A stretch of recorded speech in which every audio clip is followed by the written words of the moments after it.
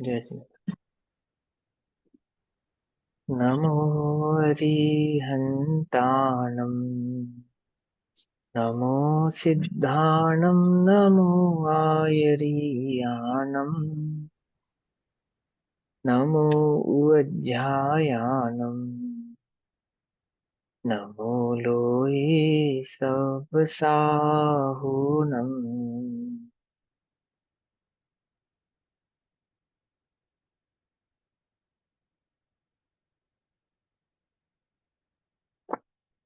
ओंकारं बिन्दुसंयुक्तं नित्यं ध्यायन्ति योगिनः, कामदं मोक्षदं चैव ओंकाराय नमो नमः। मङ्गलं भगवान् वीरो, मङ्गलं गौतमो गणी, मङ्गलं कुन्दकुन्दार्द्यो, जैनधर्मोऽस्तु मङ्गलम्। सर्वमङ्गलमाङ्गल्यं सर्वकल्याणकारकं, प्रधानां सर्वधर्माणां जैनं जयतु शासनम्। नमः समे साराय सानुभूत्या चकासते यत्स्वभावाय भावाय सर्वभावान्तरच्छिदे।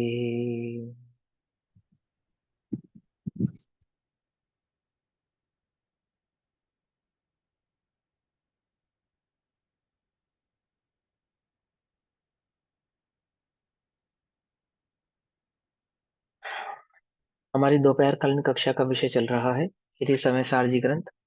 श्री समय सारजी का स्वाध्याय हम सभी आचार्य अमृतचंद्र देव द्वारा रचित आत्मख्याति टीका के माध्यम से कर रहे हैं।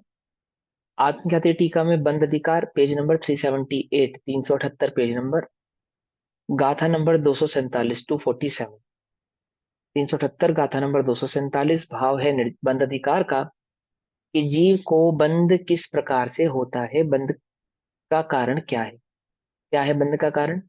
कि एक रागादि भाव ही जीव के पहले बंध के। वो प्रश्न बता दो जो आपने कहा था मैं बताऊंगा। कौन सा? अच्छा हाँ, वो ग्रुप पे डाला था। हाँ देखो, जी। जिनको भी कंफ्यूजन है ना, जिनका भी मेरे पास फोन आया, जो भी कंफ्यूजन है, आप लोग भी अगर गलत समझ रहे हो तो पहले समझ लो ध्यान से।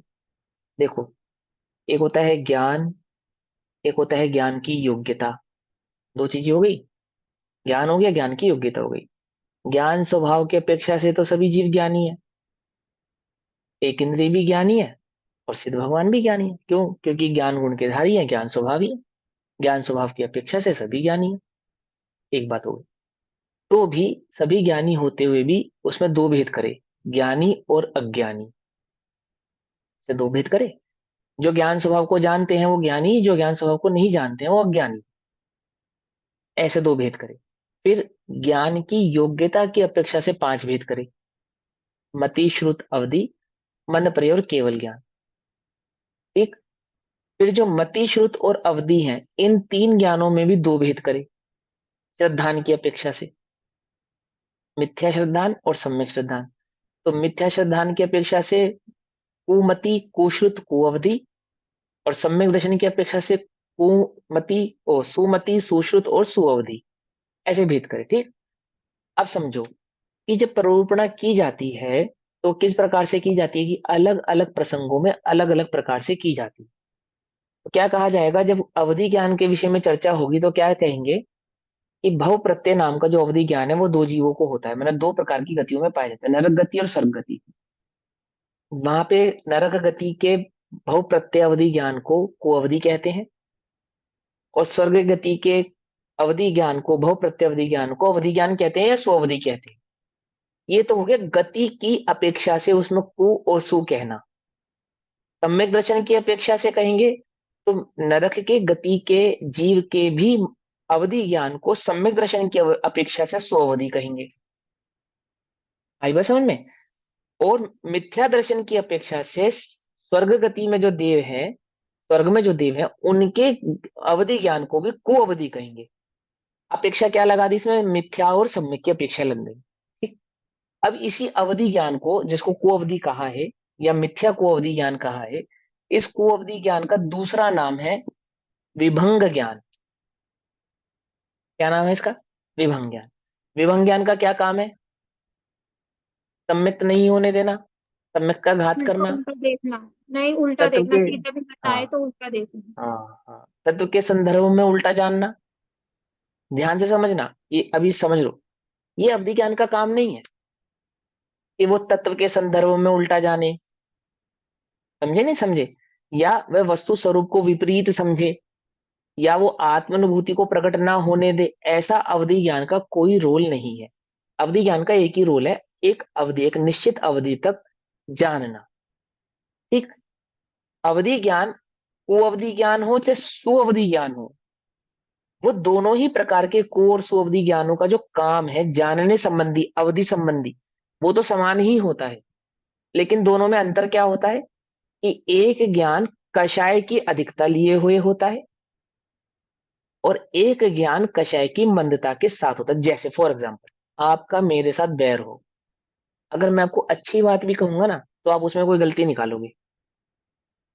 समझे नहीं समझे? यदि आपका मेरा कोई बैर हो गए, मैं आपको बात तो कहूं सही, गड़बड़ नहीं कहूं, कोई गलत बात नहीं कहूं, तो भी आप उस सही बात में कोई ना कोई दोष निकालोगे। अगर मैं आपसे इतना भी कहूंगा ना, आप यहाँ क्यों बैठे हो, यहाँ बैठ जाओ, तुम्हें मेरे बैठने से भी तकलीफ है, अब मैं यहाँ पे भी ना बैठूं, यहाँ बैठा मैं तुम्हारा क्या मांग रहा हूं, ये क्या है? ये, इसको कहते हैं विभंग। समझे? यहाँ की जगह यहाँ बैठ जाओ, ये चाहे जिसके साथ बैर ना हो वह कहे, और चाहे जिसके साथ बैर हो वह कहे, तो कहने में तो कोई अंतर नहीं है और सुनने में भी कोई अंतर नहीं है, शब्द तो वही के वही है। लेकिन जो सामने वाले जीव के प्रति मेरा द्वेष परिणाम था, उस द्वेष परिणाम के कारण वही शब्द मेरे लिए क्या हो गए, विपरीत भाषित होने लगे। और जिनसे मुझे राग है ना, जिनसे मुझे प्रेम है, यदि वो मुझसे ये भी कहेंगे ना, अब ओए यहाँ क्यों बैठा है, चल खड़ा हो, तो भी मुझे बुरा नहीं लगेगा। समझे? ऐसा भी बोलेंगे तो मुझे बुरा नहीं लगेगा, क्योंकि उनके साथ मेरा क्या है, राग है। अब विभंग ज्ञान के अंदर क्या होता है कि कषाय की अधिकता होती है, तीव्रता होती है।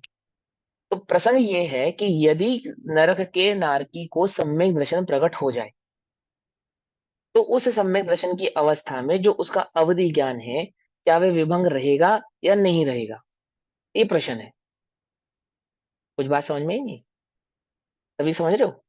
तो क्या कहते हैं कि सम्यक दर्शन प्रकट होने के बाद भी वह जो को अवधि ज्ञान उसको है, वह नाम तो सुअवधि पाएगा, सम्यक दर्शन की अपेक्षा से। ध्यान से समझना, फिर गड़बड़ मत करना। सम्यक दर्शन की अपेक्षा से तो वो सो अवधि ही कहलाएगा, परंतु उसका जो काम है, उस अवधि ज्ञान का जो काम है विभंगपना, वो बदल नहीं जाएगा, वो वैसा का वैसा ही रहने वाला है। अब इसके उदाहरण स्वरूप क्या समझाया कि कोई सम्यक दृष्टि जीव क्षयोपशम या दृष्टि दोष के कारण रस्सी को सांप यदि देख रहा है, तो उससे उसका वह ज्ञान मिथ्या नहीं कहलाता। इसी प्रकार से नरक के नारकी के पास जो अवधि ज्ञान विभंग पने से प्राप्त हुआ है, उसको विभंग भाव है ना, उसमें कषाय की मुख्यता है, कषाय की तीव्रता है, ऐसी कषाय की तीव्रता लिए हुए भी रहेगी, उसमें कोई बदलाव नहीं आएगा। परंतु सम्यक दर्शन की अपेक्षा से तो उसको क्या कह देंगे, कषाय सुअवधि की ज्ञान नहीं, लेष्या की भैया। कषाय की है। तीव्रता कहेंगे या लेष्या की तीव्रता कहेंगे? हाँ, मतलब कषाय कहो चाहे लेष्या कहो, कषाय भी कह सकते हैं ना, क्योंकि तीन कषाय है ना वहां पे। तीन कषाय है ना, कौन कौन सी, अप्रत्यक्षण, प्रत्यक्षण और संजुलन, उनकी तीव्रता है वहां पे, है ना। लेष्या तो है, लेष्या कषाय के बिना कुछ नहीं करेंगी, इसलिए लेष्या किसको, कषायों से अनुरंजित है। जब हम लेष्या और कषाय की बात करेंगे वो एक अलग भेद है, जब यहाँ पे कषाय की बात कही जा रही है, तो गर्भित बात यह है कि वहां पे उसी ही बात, वो है लेष्या संबंधी कषाय की ही बात चल रही है। ठीक है ना। भैया। तो कैसी रहेगी, हाँ, अनंतानुबंधी के अभाव में सम्यक दर्शन के साथ चौथे गुण स्थान में छह लेष्या होती हैं, और छह लेष्या में कृष्ण लेष्या कैसी होती है, तीव्र होती है। तो नरक के नारकी की जो कृष्ण लेष्या रहेगी, कौन कौन सी लेष्या कहाँ कहाँ होंगी, वचन में भी होगी, मन में भी होगी और काया में भी होगी। तो जो मन की लेष्या है वो कहाँ पे प्रदर्शित होगी, परिणामों में। मन की लेष्या कहाँ पे शो होती है, परिणामों में शो होती है। तो वह जो अवधि ज्ञान है ना उसको, नरक के नारकी को, वह कैसा है, उसके परिणाम कैसे हैं, क्रूर रहेंगे। यानी कि वह विभंगता खत्म नहीं होगी उसकी, कहलाएगा तो वो सुअवधि सम्यक दर्शन की अपेक्षा से, इसमें तो कोई दोष नहीं है, कोई दो राय नहीं है। परंतु वो विभंग भावपना, यानी कि कषाय उसकी मंद हो गई, अगर आपको ऐसा लग रहा है तो ऐसा होता नहीं है। ये ये समझा रहे हैं आपको क्यों नहीं होता है, क्योंकि वास्तव में वो औदैहिक परिणाम है। औदैहिक परिणाम और सम्यक दर्शन प्रकट होने के बाद औदैहिक परिणामों में, किन औदैहिक परिणामों में परिवर्तन आता है, ये प्रश्न हो सकता है। तो ये कहे कि औदैहिक परिणामों में परिवर्तन नहीं आता, कि औदैहिक परिणामों में परिवर्तन आता है, पर किन औदैहिक परिणामों में परिवर्तन आता है? स्वरूप संबंधी औदैहिक परिणामों में परिवर्तन आता है, बस। क्या कहा? स्वरूप संबंधी औदैहिक परिणाम बदलते हैं, अन्य परिणाम बदलते नहीं। जैसे अभी देखो, सम्यक दर्शन प्रकट होने से पहले 5 लब्धियां होंगी, तो उन 5 लब्धियों में देवशास्त्र गुरु संबंधी औदैहिक परिणाम तो पहले ही बदल जाएंगे ना, पहले ही बदल जाएंगे ना। ऐसा तो नहीं ना कि वो मिथ्या को, देव को, गुरु को, शास्त्र को ही मानता रहेगा और फिर भी उसका सम्यक दर्शन बना रहेगा। ये तो पॉसिबल ही नहीं है। क्यों? क्योंकि वहां जो 4 लब्धियां पहले उसने प्रकट की हैं, उन 4 लब्धियों में तो ये सारे डिसीजन पहले ही ओके कर दिए उसने, कि सच्चे देव का स्वरूप क्या है, सच्चे गुरु का स्वरूप क्या है, सच्चे शास्त्र का स्वरूप क्या है, वहां जिनवाणी का वचन क्या है, आगम वचन क्या है, आगम कथन क्या है, सत्तत्वों का स्वरूप क्या है, ये सारे डाउट्स तो उसके पहले ही क्लियर हो गए। अगर यही क्लियर नहीं हुए तो वो 5 ही लब्धि तक पहुंचेगा ही कैसे? उसको विशुद्धि आदि लब्धि प्रगति कहाँ होने वाली है फिर? पकड़ में आई? तो इस प्रकार के मिथ्या औदिक परिणामों की बात नहीं है। वहां जो कर्म के उदय से उत्पन्न होने वाले तीव्र कषाय संबंधी औदिक परिणाम है, कौन से? जो गति की योग्यता की अपेक्षा से होते हैं। किसकी अपेक्षा से होते हैं? गति की अपेक्षा से। और गति में भी कैसे? द्रव्य, क्षेत्र, काल और भाव की अपेक्षा से। जैसे पहले नरक के नारकी के जो परिणाम होते हैं, ऐसे दूसरे नरक के नारकी के नहीं होते।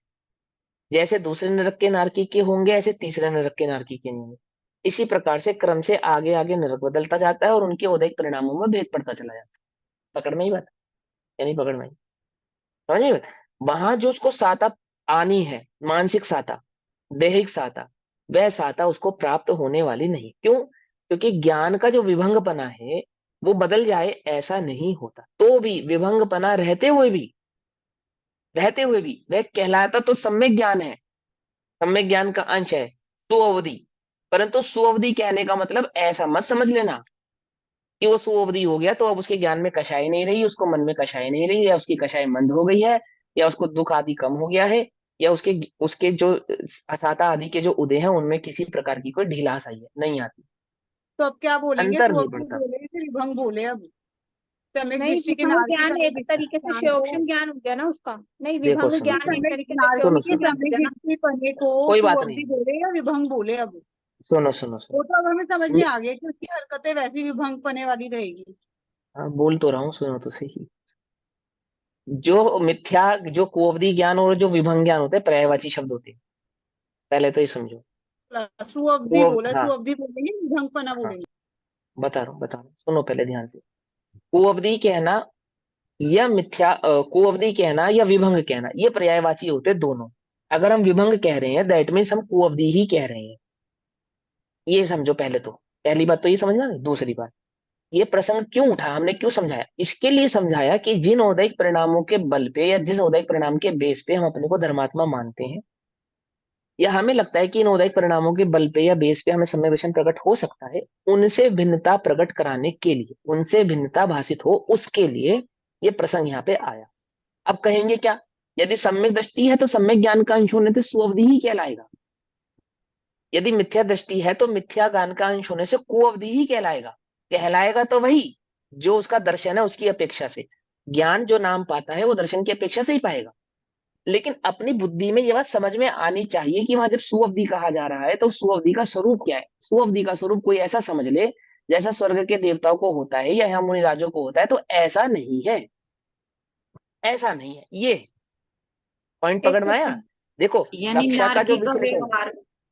नारकी का हाँ व्यवहार गति अपेक्षा तो विभंग रूप ही होगा, लेकिन सम्यक की हाँ, अपेक्षा। बदलेगा नहीं। इससे उसको सम्यक ज्ञान कहेंगे, सम्यक ज्ञान का अंश होने से सुअवधि कहेंगे, ऐसा। तो भैया बस ऐसा सिंपल है कि जो सम्यक दृष्टि, चाहे वो नारकीय चाहे वो स्वर्ग का देवता, उसका ज्ञान हाँ सुअवधि कहलाएगा, और जो हाँ मिथ्या दृष्टि है उसका ज्ञान कुअवधि कहलाएगा। अब कोई अगर ये तो प्रश्न मैंने, पूछता है, सिंपल आंसर यही आएगा ना। ये तो पहले भी समझाया था, ये तो उसमें भी समझाया। ध्यान से सुना है ना, प्रश्न रेज हो रहा है। जो जो नहीं लोग प्रश्न पूछ रहे हैं भैया, वहां पे बोला ना कि भाई सम्यक दर्शन की अपेक्षा से तो उसको अगर सुअवधि ही कहेंगे। अगर कोई हमें पूछता है कि नारकी का सम्यक दृष्टि, नारकी का ज्ञान क्या कहलाता है, तो हम उसका क्या हाँ तो उत्तर सुअवधि, देंगे? elaborate सुअवधि नहीं है, कहलाएगा। हाँ देखो सुअवधि कहलाएगा। जो उत्तर दिए जाएंगे कर्णन योग के वो तो अपेक्षा के दिए जाएंगे ना। ये तो विश्लेषण और है, ये तो अपनी कक्षा का विश्लेषण है कि हम कक्षा में कैसे समझ रहे हैं उस चीज को। और ध्यान से मिथ्या समझो। दृष्टि स्वर्ग के देव का जो ज्ञान कहलाएगा वो कुअवधि कहलाएगा, वो कुअवधि कहलाएगा, है ना। बिल्कुल कहलाएगा, उसमें कोई दो राय नहीं है। ठीक है ना। लेकिन सामान्य कथन शैली में क्या कहलाएगा, दोनों बातें समझना। जब हम सम्यक दर्शन और मिथ्या दर्शन की अपेक्षा से कहेंगे तब तो स्वर्ग के देवता की अवधि को भी कुअवधि कहेंगे। लेकिन जब हम सम्यक दर्शन और मिथ्या दर्शन की अपेक्षा से नहीं कहेंगे तो सामान्य अपेक्षा से सिर्फ इतना कहा जाएगा कि स्वर्ग के देवताओं का अवधि ज्ञान कहलाता है या सुअवधि कहलाता है, और नारकियों का ज्ञान विभंग या कुअवधि कहलाता है। यहाँ सम्यक दर्शन और मिथ्या दर्शन की अपेक्षा नहीं, यहाँ अपेक्षा लगी है गति की। यहाँ अपेक्षा लगी है गति की। अब गति की अपेक्षा हटा के दर्शन की अपेक्षा लगाओगे तो वही जहां सुअवधि है वहां कुअवधि हो जाएगा, और जहां कुअवधि कहा जा रहा है वहां सम्यक दर्शन की अपेक्षा से सुअवधि हो जाएगा। पकड़ में बात। और जब इन्हीं ज्ञानों का विश्लेषण करेंगे तो वो विश्लेषण मैं आपको समझा रहा हूँ कि वहां पे ज्ञान की योग्यता को कैसे समझा जाता है। ज्ञान नाम तो वही पाएगा, जैसे मेरा मतिश्रुत ज्ञान है मान लो, है ना, और मुझे सम्यक दर्शन प्रकट हो गया। फॉर एग्जाम्पल मैं ये कह रहा हूँ ये पेंसिल है रबड़ है। अब आप सबके ज्ञान में क्या है, ये पेंसिल है या रबर है? स्पष्ट है ना। जगत में किसी से भी पूछेंगे कोई क्या बताएगा, 8 साल के बच्चे से पूछ 4 साल के बच्चे से पूछूंगा क्या बोलेगा, उसको रबर बोलेगा पेंसिल बोलेगा? पेंसिल बोलेगा ना। मैं बोल रहा हूँ ये रबर है। ऐसा होने पर भी प्रत्यक्ष, अब मैं सही कह रहा हूँ या गलत कह रहा हूँ? गलत कह रहा हूँ ना। ऐसा होने पर भी सम्यक ज्ञान कहलाएगा। कुछ बात समझ में आ रही है नहीं? यानी ज्ञान की योग्यता नहीं बदली तो भी सम्यक ज्ञान नाम हो गया उसका, क्योंकि योग्यता वहां पे श्रद्धान की अपेक्षा से ज्ञान को नाम पड़। योग्यता जो ज्ञान की होती है, जिसको ज्ञान की योग्यता का, वो क्षयोपम भाव है।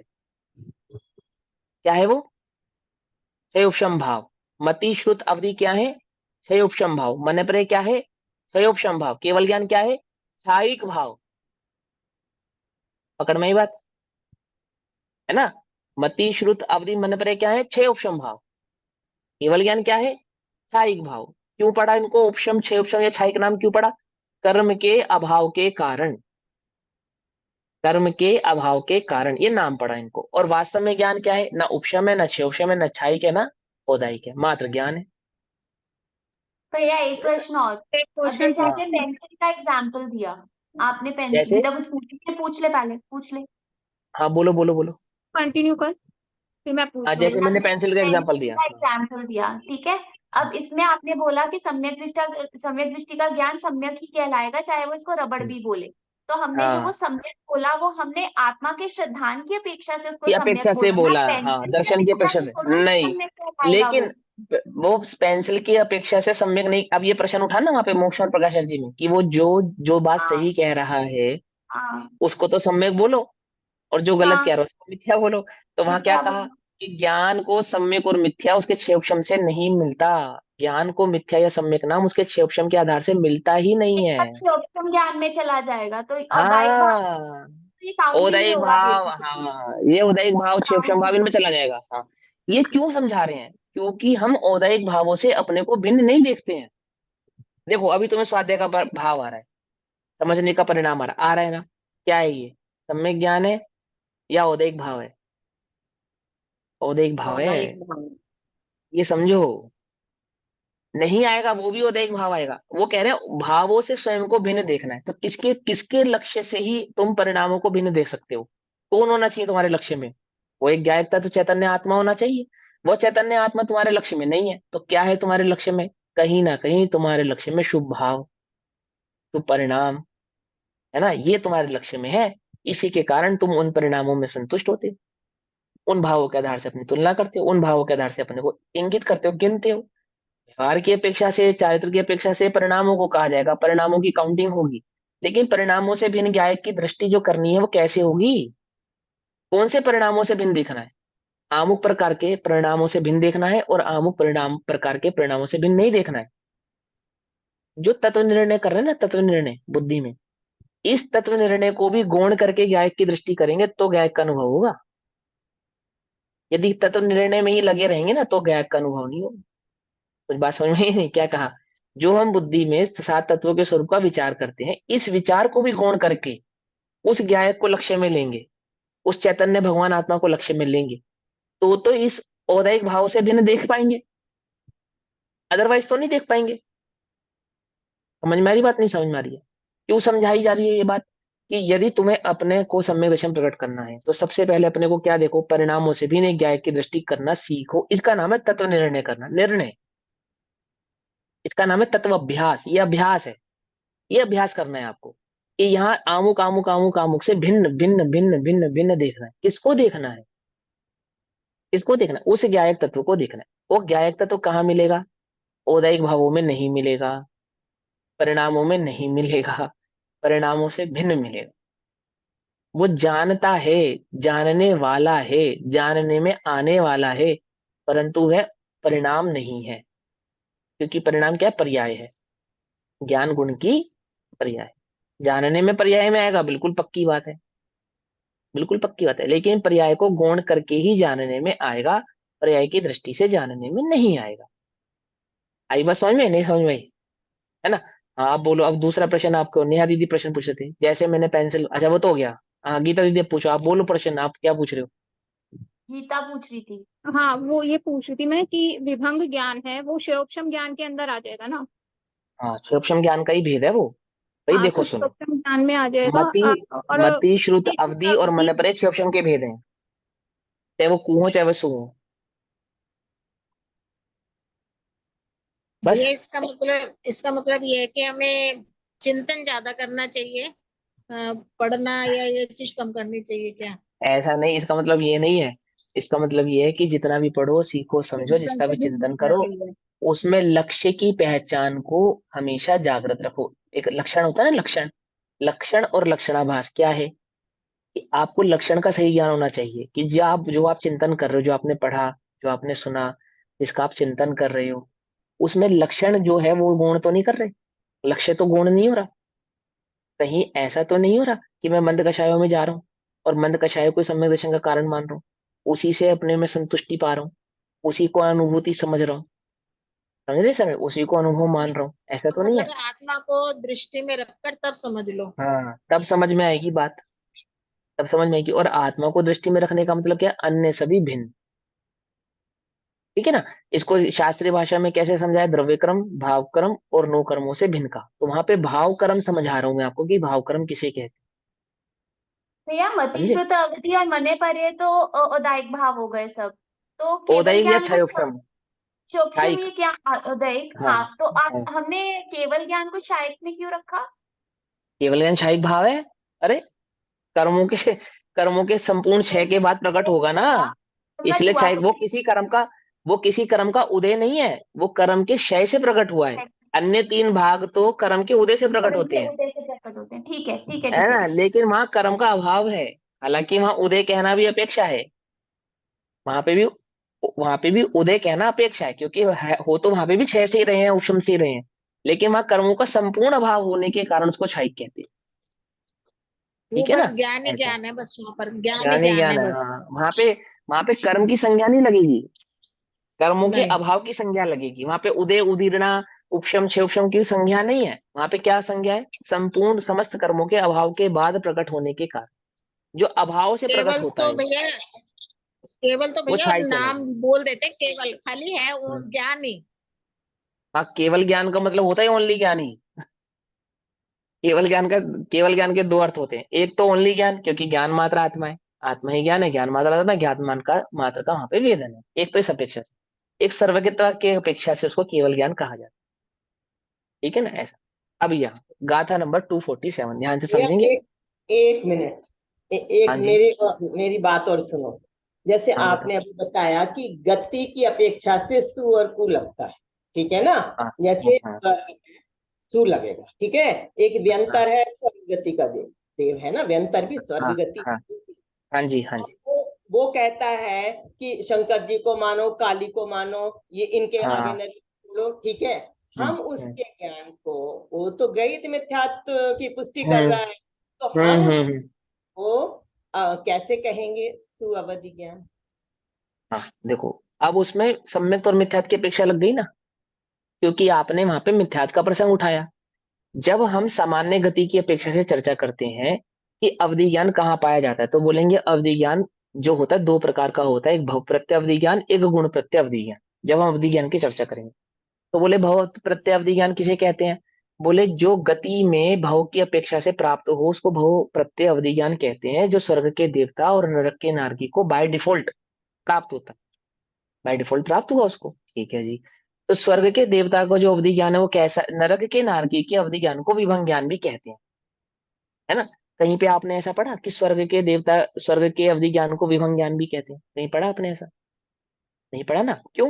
वहां पे गति की अपेक्षा से, जब हम गति सामान्य सामान्य गति की अपेक्षा से चर्चा करते हैं, वहां पे विभंग कहने का तात्पर्य मिथ्यात्व नहीं है। वहां पे विभंग कहने का तात्पर्य कषायों की तीव्रता है। समझो, फिर समझाता हूं। विभंग कहना, किसी भी ज्ञान को विभंग कहने के पीछे जो उसका लक्ष्य है वो मिथ्यात्व नहीं है। क्यों नहीं है? क्वेश्चन है ये, क्यों नहीं है?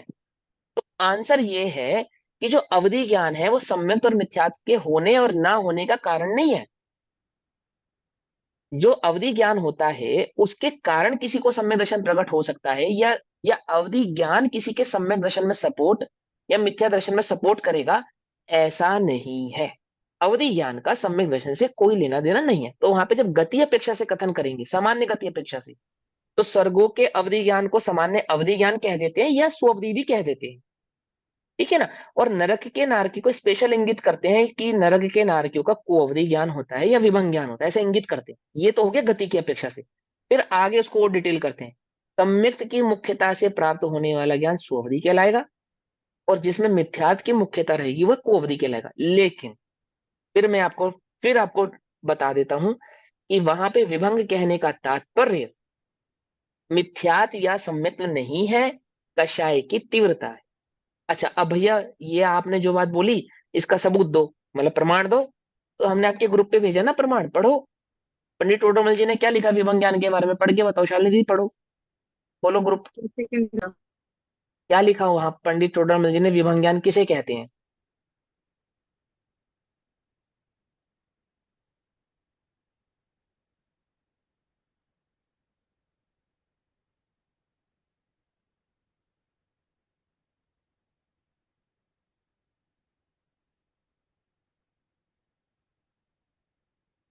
खुला नहीं खुला, मैं खोलूं? हाँ पढ़ो, मैं खोल रही अनम्यूट हूँ। करके। थोड़ा स्लो हुआ है, एक सेकेंड। कषाय ये हाँ। लिखा है, तथा करना खुल गया, नियोग एक में सेकेंड। भी कहीं उपदेश की मुख्यता सहित व्याख्यान होता है, उसे हम्म। सर्वथा उसी प्रकार नहीं मानना। जैसे हाँ। हिंसादिक के उपाय को कुमति ज्ञान कहा है, अन्य हम्म। मतादिक के शास्त्राभ्यास को कुश्रुत ज्ञान कहा है। बुरा दिखे भला ना दिखे उसे विभंग ज्ञान कहा है। सो इनको हम्म। छोड़ने के अर्थ उपदेश द्वारा ऐसा कहा है। हम्म। तारतम्य से मिथ्या दृष्टि के सभी ज्ञान कुज्ञान है, सम्यक दृष्टि के हम्म। सभी ज्ञान सुज्ञान है। इसी हाँ अब रुक प्रकार जाओ, अभी रुक जाओ। अब जैसे आपने बोला कि मिथ्यात्व की अपेक्षा तो उन्होंने लगाई मति और श्रुत में, मिथ्यात्व की अपेक्षा तो कौन से ज्ञानों में लगाई? मति और श्रुत में। और विभंग ज्ञान में क्या अपेक्षा लगाई? गति क्या लगाई बोलो? बोलो गति पूरा गति बोल के, पूरा पढ़ के बोलो। गति हिंसा आदि के उपाय को कुमति ज्ञान कहा है, अन्य मत आदि हाँ। के शास्त्राभ्यास को कुश्रुत ज्ञान कहा है, बुरा दिखे हम्म। भला ना दिखे उसे विभंग ज्ञान कहा है। हाँ बस, बुरा दिखे भला ना दिखे उसको विभंग ज्ञान कहा, मिथ्यात्व की अपेक्षा से नहीं कहा। समझे मेरी बात को? नहीं समझे? मिथ हाँ, जो नहीं, नरक, इस जो नरक, लफ्ज जो में नरक, नरक हाँ। के नारकी बुरा लड़ते हुए भी दिखे, नजर आ रहे हैं, उसकी हाँ, अपेक्षा से विभंग नहीं ज्ञान कहा बुरा है कि दिखे, एक एक करके। हाँ, कौन बोल रहा बीच में? एक जना और बोल रहा था। मैं बोल रही अब हूँ बोलो। बुरा दिखे भला ना दिखे, है ना, हाँ। इसको विभंग हाँ। ज्ञान कहते हैं कि कोई आंख में हाँ। काजल भी डाल रहा है तो उसे उल्टा उल्टा समझ, हाँ, उसे उल्टा उल्टा दिख रहा है, समझना, अब उसे देखो उल्टा रस्सी सांप दिख समझना। रही है, रस्सी लेकिन सांप दिख अवधि रही है। ज्ञान तो अलग ही काम करता है ना, अवधि ज्ञान तो अलग ही हाँ, काम करता है ना, अवधि ज्ञान तो अवधि मात्र ज्ञान का, पहला और आगे का जानने का काम करता है, उसमें विभंग का काम अवधि, ही नहीं है। हाँ लेकिन वहां पे ये विभंग विभंग की नहीं मुख्यता करना। किसको है? नारकी को कषाय की मुख्यता के कारण। समझे? मिथ्यात्व की मुख्यता नहीं है वहां पे, कषाय की मुख्यता है। इसी अवधि ज्ञान को विभंग कहने के पीछे लॉजिक क्या है? सही अवधि सही ज्ञान नहीं को दिख रहा। विभंग कहाँ लिखा है? जो बात सही सही है। हाँ, अवधि ज्ञान को अवधि विभंग कहा ज्ञान है को ना। विभंग ज्ञान उसके नारकी के ज्ञान को विभंग ज्ञान कहा है ना, लेकिन कुअवधि ज्ञान हाँ को विभंग ज्ञान कहाँ लिखा है, मैं ये पूछ रही हूँ। हाँ, मैं प्रमाण देता हूँ, पंचाशती विभंग काय में ज्ञान लिखा है, को विभंग पंचाशती ज्ञान, काय में, पंचाशती काय में लिखा है, पंचाशती काय कुअवधि में लिखा ज्ञान है। को विभंग कई ज्ञान। जगह लिखा हाँ है हाँ कि हाँ, अवधि ज्ञान और विभंग ज्ञान एक ही बात है। एक ही है, एक ही बात है। हाँ, ये तो ठीक है, मिलता क्योंकि जी भी है, मिलता एक एक जी करके भी देखो है। भाई, सुनो मेरी बात, एक एक करके प्रश्न एक एक करके है। देखो कहाँ लिखा है, पंचाशती काय में लिखा है। क्यों लिखा है, गति की अपेक्षा से लिखा है। कर्णानुयोग में अपेक्षाओं से कथन किए जाते, कर्णानुयोग में भी अपेक्षाओं से कथन किए जाते हैं। वहां किस अपेक्षा से कौन सा कथन किया है ये समझना चाहिए। वहां पे अन्य मतियों के शास्त्र आदि के अभ्यास को कुश्रुत कहा, समझ में आई बात। और मिथ्यात्वादी की अपेक्षा से कुमति कहा। और सीधा ना दिखे उल्टा दिखे उसकी अपेक्षा से विभंग कहा। समझे ना, उल्ट सीधा ना दिखे उल्टा दिखे। सीधा ना दिखे उल्टा दिखे मतलब कि जितनी भी बातें याद आएंगी, जितनी भी बातें ज्ञान में जानने में आएंगी, वो सब कौन सी याद आएंगी, कषाय संबंधी जानने में आएंगी या तो। और या जो सीधी बात भी होंगी वो सीधी सीधी नजर नहीं आएंगी, उल्टी नजर आएंगी। ऐसा होने पर भी तत्व संबंधी उल्टा नजर आएगा, नहीं आएगा। क्यों नहीं आएगा, क्योंकि अवधि ज्ञान का विषय नहीं है तत्व, आत्मा अवधि ज्ञान का विषय नहीं है, श्रद्धान अवधि मतलब ज्ञान का विषय नहीं है, वो मतिशुद्ध ज्ञान का विषय है। भैया, अगर अवधि सम्यक ज्ञान तो दृष्टि नारकी लड़ता हुआ भी एक एक, नजर आ रहा है, हाँ आगे आप बोल रहे हो, आप बोलो कुछ, क्या बोल रहे हो? मैं ये हाँ, कह रही अवधि ज्ञान तो पुद्गल को जानता है ना, जड़ को उद्गल को जानता जानता है, हाँ है। इसलिए। इससे इसका अभी कोई संबंध ही नहीं है। संबंध ही नहीं है, इसलिए वहां पे सम्यक और मिथ्यात्व की अपेक्षा को, की अपेक्षा से जो कहा है वो अलग प्ररूपणा है, और विभंग ज्ञान अपने आप में एक अलग प्ररूपण है, ऐसा। ठीक है ना। सम्यक दृष्टि नारकी अगर लड़ता हुआ भी नजर आ रहा है, तो उस हम्म, अपेक्षा से उसको हम नहीं कुअवधि नहीं या नहीं नहीं विभंग नहीं नहीं ज्ञान नहीं नहीं कहते नहीं हैं। नहीं नहीं नहीं, अरे नहीं नहीं, आप गलत समझे। सम्यक दृष्टि, जो नारकी है, नारकी का जो ज्ञान काम कर रहा है ना, अवधि ज्ञान काम, वो अवधि ज्ञान में उसको पिछला भाव या अगला भाव ऐसे नजर आता है ना, भाव नजर आते हैं, हाँ पिछले भाव हाँ। ज्यादा नजर आते हैं। तो जो हम्म। पिछले भाव नजर आ रहे हैं, उन पिछले भावों में जो कषाय की बातें थी वो याद आती दिखाई देती हैं या तो। और या जो अच्छी अच्छी बातें भी वो भी उल्टी उल्टी नजर आती हैं, वो उसको कहा है कि जानता है। सीधा ना दिखे उल्टा दिखे, आपको क्या सीधा दिख रहा है उल्टा दिख रहा है, आपकी अपेक्षा से नहीं, उस नारकी की अपेक्षा से जिसको वह ज्ञान प्रकट हुआ है, उसके उस ठीक ज्ञान में क्या जानने में आ रहा है उसकी अपेक्षा से, उसको विभंग कहा है। ठीक है। आई समझ में। और और जो वो लड़ाई कर रहा है उसको किस अपेक्षा से लेंगे फिर? वो तो वो भी वो तो उसकी पर्यायगत योग्यता है ना। ठीक। वो तो उसकी पर्यायगत योग्यता है। वहां तो वो तो हमें स्वरूप समझाया गया है उसका, कि वहां इस प्रकार का स्वरूप है, जिस प्रकार की वहां पे स्थिति है, इन इन परिस्थितियों में जीव वहां पे रहता है, इस प्रकार की वहां कषाय होती है, और उस कषाय में इस प्रकार का जीव की प्रवृत्तियां होती हैं। ठीक। आंटी जी, मैंने, अगर आपको क्वेश्चन, आप बोलो, क्लियर हुआ हाँ नहीं। भैया, इसमें है ना, इस पैराग्राफ में गति कहीं नहीं लिखा, ठीक है। बुरा हाँ कोई दिखे बात नहीं। भला ना दिखे उसे विभंग ज्ञान कहा, ठीक है। हाँ हाँ, ठीक तो है ठीक है। तो ये है ना कि जैसे व्यंतर आदि हैं, वो भी तो हाँ बुराई करते हैं, वो हाँ, मैं उनको बता रहा हूँ ना, मैं है बता तो रहा हूँ ना। उन्हें विभंग जब ज्ञान। हम जब हम व्यंतर आदि स्पेशल, हमने देखो इंगित करा, पहले तो हमने गति की अपेक्षा से कहा था। अब गति में जब हम स्पेशल इंगित करेंगे, पॉइंट आउट करेंगे, स्पेशल पॉइंट आउट करेंगे। देखो एक बात मुझे बताओ, कोई स्वर्ग का देवता मिथ्या दृष्टि है, और वो तत्व संबंधी चर्चा कर रहा है, सही बात कह रहा है और देशागुरु की बात कह रहा है, तब उसके ज्ञान को क्या कहोगे, सम्यक ज्ञान? नहीं नहीं कहोगे ना। उसकी चर्चा के आधार से तो आपने उसको सम्यक नाम नहीं दिया ना। तो उस व्यंतर की चर्चा के हिसाब से आप उसको कोवदीय नाम क्यों दे रहे हो, या मिथ्या ज्ञान नाम क्यों दे रहे हो, मुझे समझाओ आप चर्चा की मुख्यता कर रहे हो, नहीं कर रहे हो यहाँ पे। वो अगर सम्यक चर्चा, की अपेक्षा बात है, वो सम्यक हाँ का तो वही, क्योंकि उसके पास वही मैं मिथ्या आपसे कह रहा हूँ, दृष्टि। हाँ तो वही वही इसलिए वही मैंने आपसे कहा, कि भले ही वो मिथ्या दृष्टि देवी देवताओं की चर्चा भी करेगा, तो भी वहां स्वर्ग के देवता की अपेक्षा से उसके ज्ञान को विभंग न कहकर मात्र अवधि ज्ञान ही कहा जाएगा। लेकिन जब हम उसमें सम्यक या मिथ्यात्व की अपेक्षा डालेंगे, रखेंगे, तब उस अपेक्षा के लगने पर वो ऑटोमेटिकली मिथ्या ज्ञान हो जाएगा, ना कि सिर्फ उस स्वर्ग के देवता का, बल्कि उस स्वर्ग के देवता का भी मिथ्या ज्ञान कहलाएगा, जो वहां पे कुदेव को कुशास्त्र छोड़ो, सुदेव सुश्रु शुत्र और सुशास्त्र की चर्चा कर रहा है, सुगुरु की चर्चा कर रहा है, तात्विक चर्चा कर रहा है, तात्विक बात कह रहा है, जिन धर्म की रक्षा कर रहा है, उस देव को भी वहां पे मिथ्या दृष्टि ही कहा जाएगा। देखो एक प्रसंग चलता है कि कमठ और पद्मावती ने पार्श्वनाथ भगवान की रक्षा की। ठीक, ऐसा कहते हैं। तो जो पार्श्वनाथ धर्मेंद्र और भगवान से धर्मेंद्र और पद्मावती पद्मावती ने। धर्मेंद्र और पद्मावती, हाँ धर्मेंद्र और पद्मावती ने पार्श्वनाथ भगवान की रक्षा की। तो पार्श्वनाथ भगवान तो सुदेव है, पार्श्वनाथ भगवान तो सुदेव है ना, और वो जो मुनि अवस्था में से सब मुनि थे, सम्यक दृष्टि मुनि थे, और उनकी उन्होंने रक्षा की, इसलिए उनकी पूजा करो।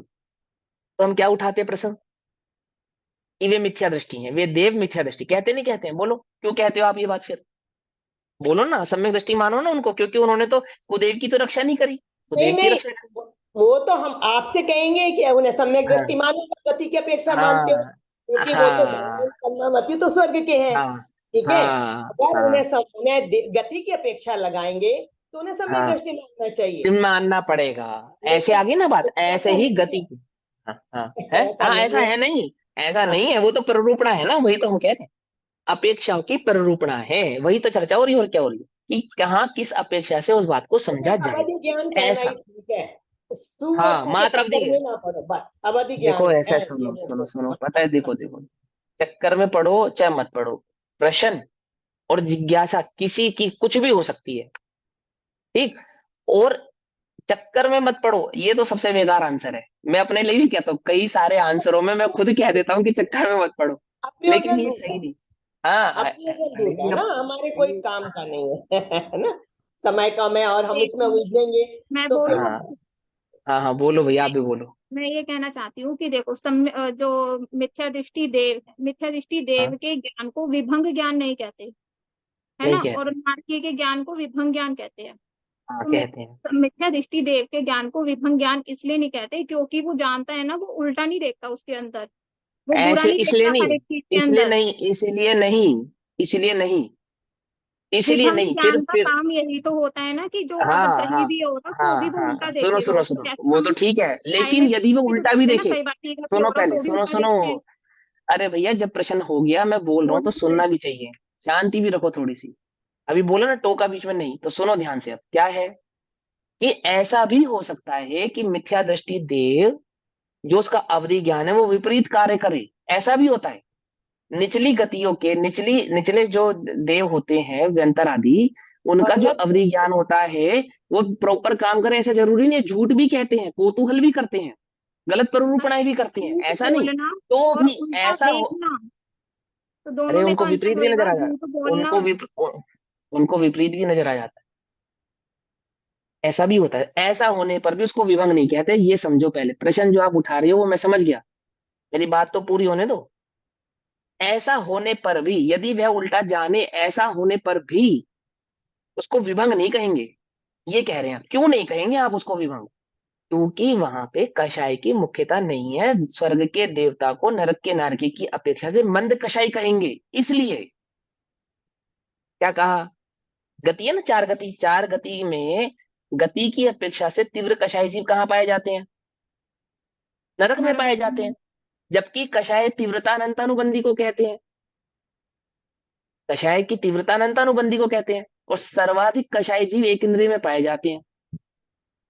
क्या ये समझ में आई बात नहीं से? हाँ, सबसे ज्यादा त्रियंज गति में होता है। तो भी ऐसा होने पर भी चार गति के जीवों में सबसे ज्यादा कषाय जीव कहाँ है?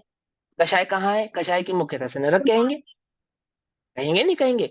ऐसे ही वहां जो व्यंतर आदि देव हैं, यदि उनका ज्ञान कदाचित विपरीत, किसी देव का ज्ञान विपरीत भी कार्य करे,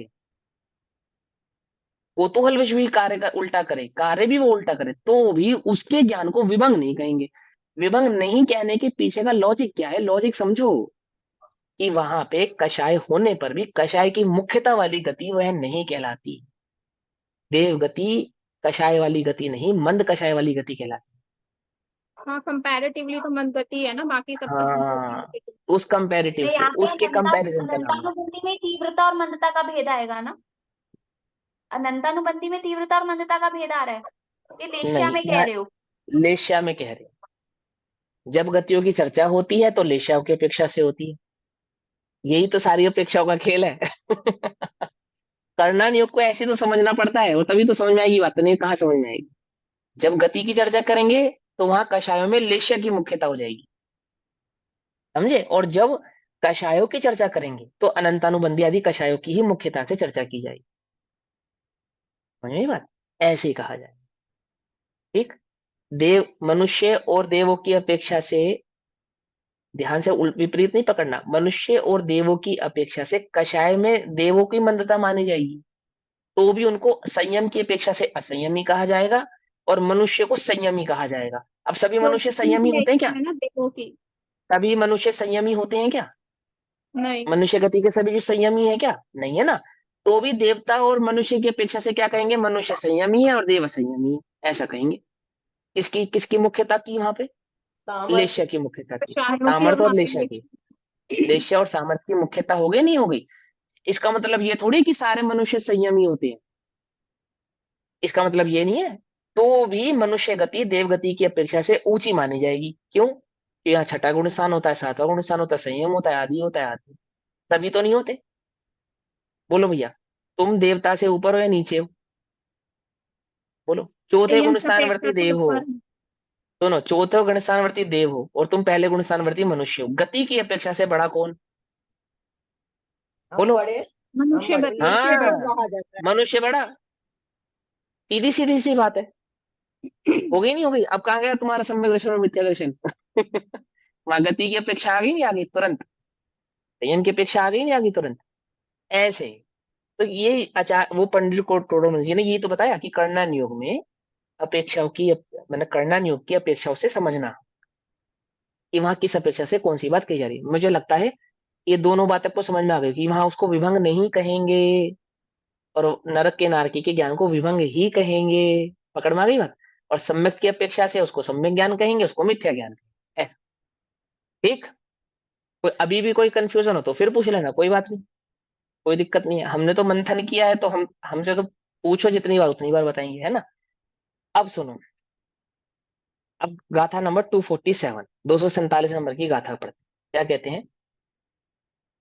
जो मरण हिंसामी, यह हिंसी जामी अपरेहि सत्तेहिं, सो मूढ़ो अननानि, नाणी एतो दो विविरिदो। हमने इसका शब्दार्थ पिछली कक्षा में किया था, है ना, हिंदी पढ़ेंगे। जो मानता मैं मारू पर,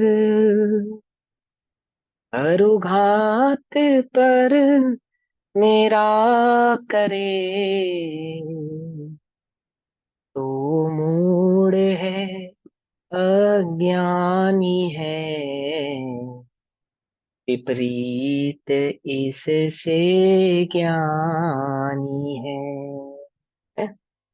ये गाथा पढ़ते पढ़ते मुझे एक बात याद आ गई, वो भी बोल देता हूँ। राजा श्रेणी की मृत्यु कैसे हुई थी?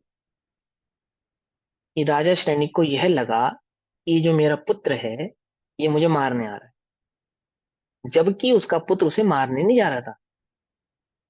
वो तो निकालने जिस आ रहे थे। हाँ हाँ, अब क्या बोलोगे, इसे विभंग ज्ञान कहोगे? क्या कहोगे इसे? है ना, मति श्रुत है ना, मति श्रुत है, बस खत्म बात। अब उसकी योग्यता ऐसी थी, उसकी गति ऐसी होनी तेरे तो विभंग नहीं देंगे ना, कोई भी हम। जाना क्या उसने, लज्जा नहीं उसे, तो मेरा पुत्र मुझे मारने आया, है ना। और हम लोगों का भी ज्ञान कषाय की अपेक्षा से विभंग रूप से कार्य करता है या नहीं करता है? करता है ना। कोई हमारे भले के लिए रहो, कहे हमारे भले के लिए रहो, तो हमें क्या लगता है?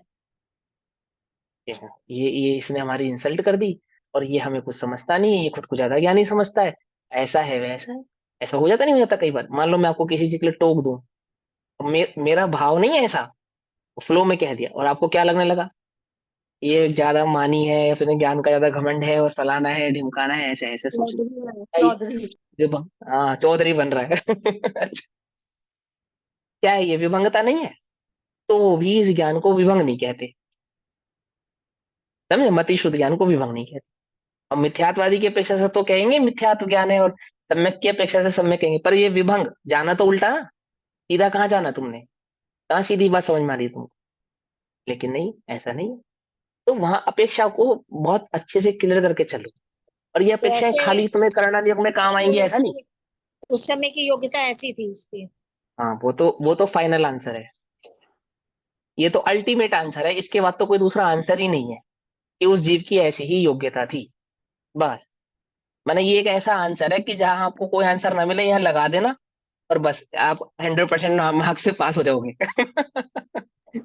नहीं, समझे नहीं वो समझे? जैसे आपने बताया था हाँ कि रस्सी को हाँ सांप जाने, तो इस वजह से हाँ कहा कि उसने उस टाइम सांप जाना, तो उस समय उसकी हाँ, योग्यता ऐसी थी। ऐसे ऐसी ही ही जब थी। राजा श्रेणी को हाँ मारने के लिए उसका पुत्र आया, तो उस समय उसकी हाँ, योग्यता ऐसी, उसके भाव में ये आया कि ऐसी मुझे थी, मारने आया, बस वही है ना। मारने आ रहा है। हाँ, ऐसे ही हाँ। हुआ सम्मोचरण में, किसके साथ? सेम टू सेम यही घटना सम्मोचरण में किसके साथ घटी? मारीची के साथ। भगवान कह रहे हैं कुछ, उसके समझ में आ रही है बात कुछ, तो भी उस ज्ञान को विभंग नहीं कहेंगे। ठीक है ना? और अकेले मनुष्य गति में ऐसे जीव होते जरूरी नहीं है, त्रियंचों में भी होते हैं और स्वर्ग के देवताओं में भी ऐसे जीव होते हैं जिन्हें सीधी बात समझ में नहीं आती। बात होती है कुछ, उन्हें लगती है कुछ। ठीक है? क्या कहते हैं? होता है जो भैया, मान, वैसे ही विचार आते हैं ना। हाँ जैसा विचार आएंगे ना होना वैसे। जैसा होना होता है वैसे ही विचार आते हैं और वैसे ही शब्द निकलते हैं। हाँ देखो, अगर जब हम काल लब्धि की अपेक्षा से ऐसा कहें, उदय की अपेक्षा से कहें, तो ऐसा ही कहेंगे जैसा आपने कहा कि ये कार्य होना था इसलिए ऐसा ही विचार आया और ऐसे ही शब्द निकले और ऐसा ही कार्य हुआ। लेकिन ये अधूरा आंसर है, अधूरा आंसर है, पूरा आंसर नहीं है। ठीक है ना? पूरा पंडित आंसर टोडर समझा दीजिए, है। पूरा आंसर समझा दीजिए। हाँ पूरा आंसर समझाता हूँ ना। अब जैसे आपने बोली, इसी इसी प्रसंग को पंडित टोडरमल जी ने दूसरे अथवा तीसरे अध्याय में कर्म की स्थिति को समझाते हुए समझाया, इत्र इत्राशय दोष। क्या कहा इसको? जो आपने बात बोली ना, इसको कहते हैं इत्र इत्राशय दोष। क्या मतलब? कि कर्म के उदय के कारण विचार आना, और विचार आने पर वापस उसी प्रकार का कर्म बंधना, और फिर बंद होने पर उसी प्रकार का फिर विचार आना। तो ऐसे तो जीव कभी बाहर ही नहीं निकल पाएगा। तो फिर हमने तो ऐसे ही पढ़ा है कि ऐसा होना था और ऐसा विचार आया, इसलिए ऐसा ही विचार आने पर ऐसा ही कार्य होना था। तो देखो क्या कहते हैं, दो बातें समझने। एक तो तीव्र कषाय की प्रसंग में ऐसा कहा जाता है कि जब कषाय तीव्र होती हैं और कोई समझाने वाला हो और तब भी आपकी बात समझ में नहीं आ रही हो, ठीक है ना, और कषाय इस प्रकार से कार्य कर रही हो कि आपको स्वयं को मालूम है ये कार्य गलत है, नहीं करना चाहिए, तो भी आप कर रहे हो, तो क्या कहते हैं? ऐसा ही होना था, होनहार बलवान, ऐसा कहेंगे। ठीक है ना? इस अपेक्षा से। अब इसकी दूसरी अपेक्षा समझो कि जब कषाय मंद हो तो क्या करना चाहिए? प्रज्ञा छेनी का प्रयोग करना चाहिए। प्रज्ञा छेनी क्या है? विवेक, ज्ञान। ज्ञान ये कहता है ये कार्य उचित नहीं है, अनुचित है। तो हमें इस प्रकार का पुरुषार्थ करना चाहिए कि हमने कषाय आदि के परिणामों को, अनुचित आदि कार्य को अपनी बुद्धि पूर्वक छोड़े और त्यागे। इस भरोसे ना रहे कि ऐसा ही जैसा होना होगा वैसा हो जाएगा। जैसे पुत्र की प्राप्ति का इच्छुक जीव भाग्य के भरोसे नहीं बैठता, जय होना होगा तो हो जाएगा, ऐसे नहीं कहता। वो क्या कहता है? बुद्धि पूर्वक तो विवाद ही करता है ना? और फिर उसके बाद पुत्र की प्राप्ति हो जाना, नहीं होना अथवा पुत्री का हो जाना, उसे कहता है कि यह ऐसा ही होना था। आगे बात। और फिर हम जब केवल ज्ञान की सिद्धि करेंगे, तो केवल ज्ञान की सिद्धि की अपेक्षा से क्या कहेंगे? कि भगवान ने जैसा देखा है बिल्कुल ऐसा ही होना है, एक तिल तुष मात्र भी उसमें बदलाव हो सकता नहीं। क्यों कहा? कि पुरुषार्थ आदि पूर्वक इस जगत में कार्य करने पर भी जो भी आपको प्राप्ति हो, उस प्राप्ति में इस बात की संतुष्टि रखो कि ये ऐसा ही होना, ये संतुष्टि के लिए है, ये पुरुषार्थ त्यागने के लिए नहीं है, ये संतुष्टि के लिए, संतोष करने के लिए ये सिद्धांत है कि ऐसा ही होना था, इसीलिए इसी ही प्रकार के निमित्त आदि बने और इसी प्रकार की प्रवृत्ति हुई। परंतु प्रवृत्ति करते समय, कार्य को करते समय क्या रखे? सजगता रखें, प्रज्ञा छेनी को जागृत रखें, विवेक को हमेशा जागृत रखें। ये कार्य करने योग्य है या ये कार्य करने योग्य नहीं है, ये ये बात कहने योग्य है या नहीं है, हमें कहनी चाहिए या करनी चाहिए या नहीं करनी चाहिए। कषाय तीव्र है तो फिर तो कोई बात नहीं, गुस्से में तो आप गाली भी दोगे। क्रोध में माँ बच्चे से कहेगी जा मर जा या जान से मार दूंगी, तो कहेगी, उसमें कोई बात नहीं है। लेकिन क्या कोई माँ अपने बच्चे को जान से मार देगी? ये चाहेगी कि वो मर जाए? यही ना क्रोध की बात की, यहाँ कषाय की तीव्रता की बात ही नहीं। वहां तो आप कुछ भी कहोगे, कुछ भी कहोगे, लेकिन कषाय की मंदता में नहीं लागू होगी बात। वहां तो पुरुषार्थ की जागृति होना अनिवार्य, ऐसा। भैया जी, मुझे एक चीज और पूछनी है, मुझे ये पूछना है भैया कि हमें हाँ ये भी समझ में आता है कि जो हमारे द्वारा जो राग द्वेष हो जाते हैं वो होने नहीं हाँ चाहिए, और जब वो हो हाँ। जाते हैं हमें दुख भी होता है कि ये हमसे हम्म जो राग द्वेष हो रही है, कषाय हम्म हो रही है, ये गलत हम्म है, और हम हम्म उसको रोकना भी चाहते हैं और हम उसको हम्म गलत भी मान रहे हैं। गलत हम्म मानने के बावजूद भी और उसको हम्म रोकना चाहते हैं, रोक नहीं सकते, हम्म। तो भी मेरा तो भी वो तो मेरा ये कषाय कि लगातार हो ही रही है, तब भी वो सुनो रुकती सुनो, नहीं है, और जबकि हम उसको मान आप गलत रही हैं सुनो सुनो और सुनो, रोकना आप भी जिस, चाहते हैं। मैं समझ गया आपकी बात, जिस कषाय को आप रोकना चाहते हो उसमें रोकने का क्या उपाय करते हो, सभी सोचो। ये प्रश्न सभी को विचारनीय है। जो कषाय आपको दुख दे रही है, जिस कषाय को आप रोकना चाहते हो, जो चाहते हो कि ना हो, उसको रोकने का उपाय क्या करते हो, ये बतलाओ आप। क्या उपाय रोकने करते हो? का उपाय ये करते हैं कि उस समय हाँ हमें मतलब बहुत दुख होता है कि ये हमें नहीं करना चाहिए, ये क्यों हो हाँ रहा है हमसे ऐसा, हाँ, बस हमसे ऐसा ये होना उपाय नहीं चाहिए। मिथ्या उपाय है। ये मिथ्या उपाय है, इसको मिथ्या उपाय कहा। तत्वाभ्यास उपाय क्या करना करते चाहिए। हो? बस, मूल उपाय तो तत्व अभ्यास करना है। वो उपाय तो तुम नहीं करते हो। समझे नहीं समझे? के काल में क्रोध को रोकने का कोई उपाय नहीं है, एक बात। क्रोध नहीं आने के काल में भी क्रोध को रोकने का कोई उपाय नहीं है। कषाय को अभाव करने का, रोकने का एकमात्र उपाय तत्व निर्णय, तत्व अभ्यास है।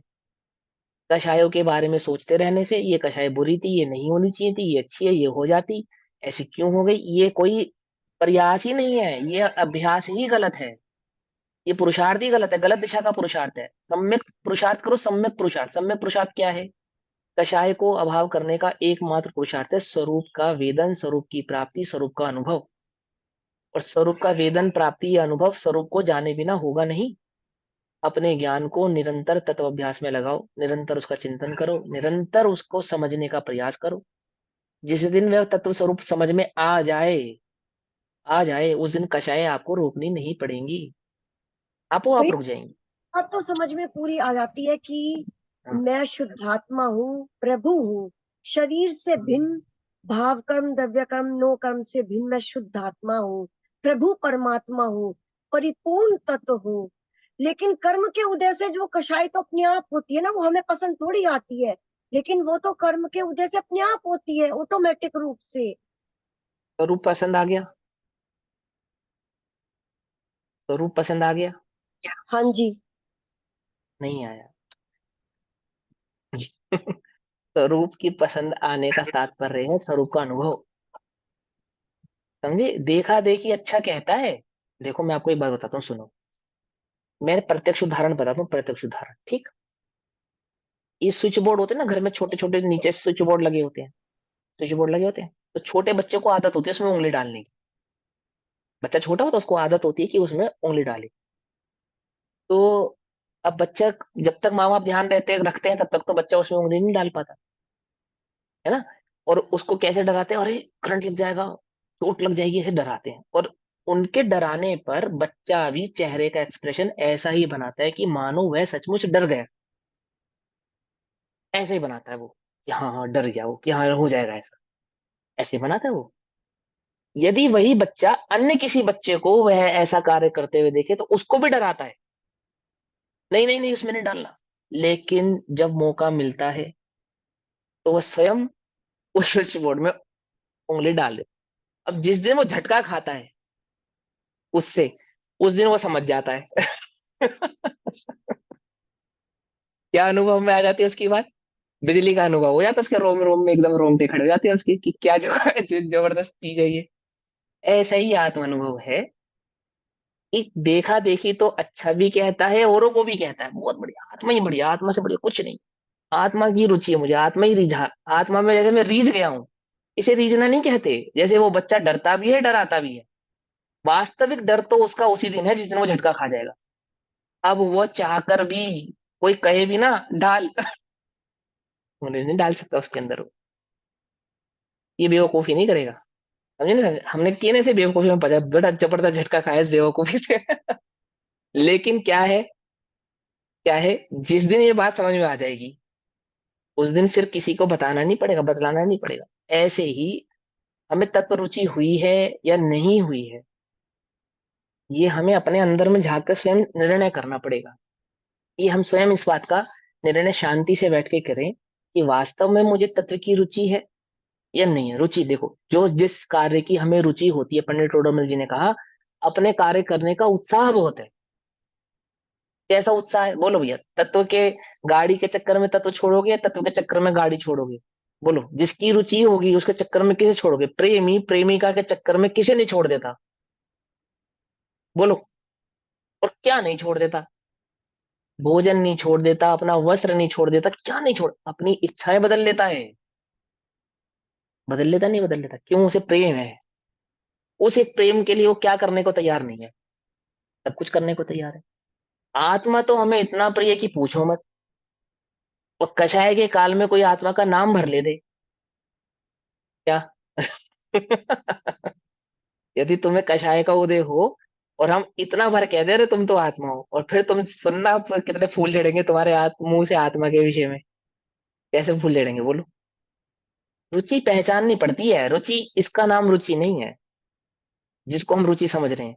हमें 2 टाइम स्वाध्याय प्रिय हो गया है, या हमें तत्व की बात समझ में आने लगी है, या हम कहने लगे हैं, प्रश्नों के उत्तर देने लगे हैं, या उन नामों को हम रिकॉल करने लगे हैं, इसका नाम रुचि नहीं है। इसको रुचि नहीं कहते हैं। देखा देखी है ये, वास्तव में देखा देखी है। रुचि तो अंतर में पहचानी जाती है अपने स्वयं में। या अपनी छाती में झांको, देखो मुझे रुचि है या नहीं है, मुझे रुचि किस चीज की है, अपनी रुचि स्वयं पकड़ो, स्वयं पहचानो। आज भी रुचि मुझे धन की है, भोगों की है, विषयों की है, अपनी इच्छाओं की पूर्ति की, आत्मा की, वास्तव में आत्मा की रुचि है या नहीं? मैं इस आत्मा के लिए क्या करने के लिए तैयार हूँ, क्या छोड़ने के लिए तैयार हूँ, क्या कर गुजरने के लिए तैयार हूँ? बोलो। देश के लिए लोग प्राण देने के लिए तैयार हैं। इस आत्मा के लिए हम रात्रि में पानी छोड़ने तैयार नहीं। वहां में अरे भैया अब शरीर है, कमजोरी है, पंचम काल है, और ये देखना पड़ता है और ऐसा देखना पड़ता है, और फिर दवाइयां हैं, और फिर हॉस्पिटल जाने से तो तुझे आत्म प्रिय नहीं है भैया। तो ये आत्म प्रिय एक भाव दिख रहा है, और ये नरक जाएगा वो। यहाँ तो 25 50 70 साल की जिंदगी, वहां मिनिमम 10,000 वर्ष है। मिनिमम 10,000 वर्ष जानते हो किसे कहते हैं? 10,000 नोट नहीं। 10,000 वर्ष। वर्ष जहाँ एक समय गुजारना मुश्किल हो, एक समय, वहां 10,000 वर्ष तक रहना ही पड़ेगा। मर नहीं सकते, आत्महत्या नहीं कर सकते आप, समझे? वहां किसी की कृपा नहीं हो सकती। वहां गंडा ताबीज काम नहीं आते, मंत्र काम नहीं आएगा वहां पे। क्या? ना वहां कोई कुंडली देखने वाला ज्योतिष मिलेगा कि उपाय करा के तुम्हारा दुख कम कर दे, होगा ही नहीं। समझे? कुछ नहीं समझे? रुचि पहचाननी पड़ती है। रुचि किसे कहते हैं? जिस दिन ये रुचि समझ में आ जाएगी, उस दिन अपने आप बात समझ में आ जाएगी, अपने आप। ठीक है ना? रुचि पूर्वक आत्मा की अनुभूति होना और रुचि समझ में आना, उसमें कोई बात ही नहीं है। कषाय हमें बुरी लगती है तो रुचि किस में है, ये पहचानो, ये पहचान करो। आप हो, आप कषाय, मैं नहीं कहता अभाव होगा, मैं नहीं कहता, लेकिन आत्मा की रुचि कषाय को मंद अवश्य कर देती है। ये तो दोनों के बीच में निमित्त नैमित्तिक संबंध है, उसमें कोई बात ही नहीं है। समझ में बात? चलो अभी तो समय हो गया, कोई बात नहीं, कल पढ़ेंगे। तब तक के लिए सभी को और कोई प्रश्न है तो पूछ लो, है ना? नहीं, हाँ चलो वो अभी। अपना प्रश्न पूछ एक बारी भैया से जो तू कह रही थी सुबह कि केवल ज्ञान, वो शायद समय दर्शन बिना केवली के पार हाँ, जाता है, नहीं होता ना बोला क्या? केवली के संदर्भ, केवली भगवान के समक्ष ही होता है साइकिल में दर्शन। नहीं वो समय दर्शन ही नहीं, शायद एक और शुद्ध बताया थी केवली होता है ना, शुद्ध Right. केवली को शायद समय दर्शन को खुद प्रकट कर सकता है, शुद्ध केवली। नहीं भैया, वो भी केवली के, जो शुद्ध केवली को शुद्ध ज्ञान प्रकट होता है, जो शुद्ध केवली होते हैं वो कहाँ होते वही हैं? होता है। कहाँ होते हैं आप वो? आप समवचरण में ही मिलेंगे वो भी। हाँ, श्रुति ज्ञान के समुचरण में ही तो धारी होते होते हैं, हैं। पाद ज्ञान के धारी होते हैं। हाँ, वो तो समुचरण में जैसे तो होते हैं, भैया, केवली भगवान का, जैसे केवली आदिनाथ भगवान के बिना भगवान, नहीं होता। आदिनाथ हम्म। भगवान है तो उन्हें शायद समय दर्शन कैसे? वो तो जन्म से ही शायद समय दृष्टि थे। हाँ, तो नहीं पिछले भव में नहीं, वो समुचरण में हुआ ना, पिछले भव में समुचरण से प्राप्त किया ना उन्होंने, जो हाँ केवली तीर्थंकर मतलब के ये पार केवली वाले। केवली होते हैं। शायद समय हाँ, दर्शन केवली के आने पार में वाले, नहीं होता।